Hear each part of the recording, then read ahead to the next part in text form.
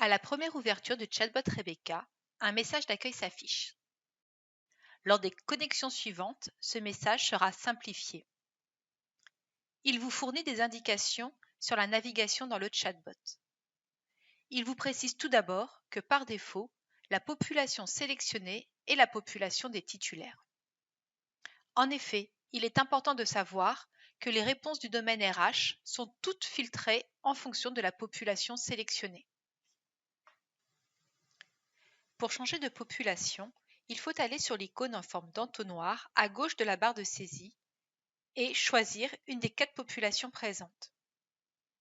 Titulaire, stagiaire, contractuel ou ouvrier. Par exemple, si nous cochons contractuel, le T de titulaire se transforme en C de contractuel. Et Rebecca nous indique que notre filtre a bien été changé.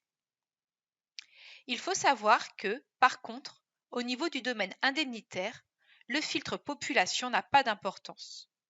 Il n'influe pas le contenu des réponses de Rebecca. Ensuite, le message d'accueil évoque les actualités que vous pouvez retrouver au niveau de l'icône des notifications en forme de cloche en bas à droite de l'écran. Nous les verrons plus tard dans la présentation. Enfin, au niveau de ce message, nous avons des liens vers de la documentation afin d'en savoir plus sur le chatbot Rebecca. Vous pouvez par exemple cliquer sur le guide d'utilisation du chatbot pour le consulter. Une nouvelle fenêtre s'ouvre. Vous trouverez dans ce guide toutes les informations pour bien utiliser le chatbot Rebecca.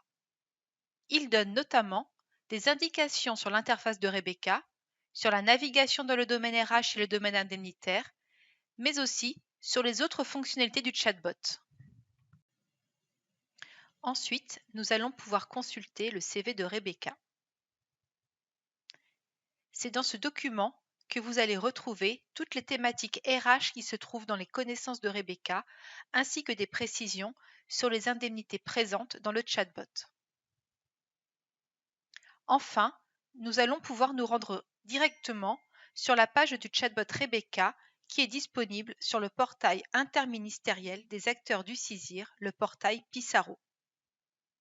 Au niveau de cette page, vous pourrez retrouver quelques actualités, de la documentation, comme son CV, son guide d'utilisation ou ses newsletters, ainsi qu'une présentation plus générale du chatbot et de ses fonctionnalités.